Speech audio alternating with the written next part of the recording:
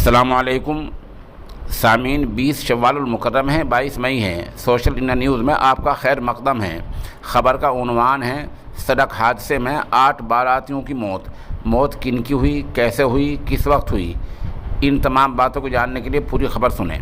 हादसा देर रात लगभग 1 या 1:30 बजे हुआ है और यह हादसा उत्तर प्रदेश के ज़िला सिद्धार्थनगर में हुआ है, जहां ज़िला सिद्धार्थनगर के गांव महिला से गांव महुआ में बारात गई हुई थी।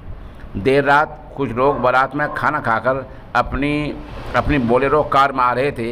यही कार सड़क के किनारे खड़े ट्रक से टकरा गई है। ये कहाँ टकराई है? ये गांव कटिया के पास टकराई है। जैसे ही कार टकराई तो कार के परख से उड़ गए।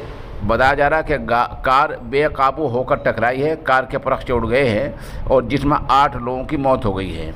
8 लोगों में कौन कौन है?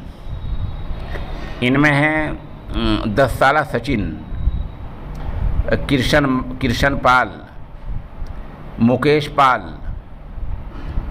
लाला पासवान और इसमें हैं शिव सागर यादव और रवि पासवान और पिंटू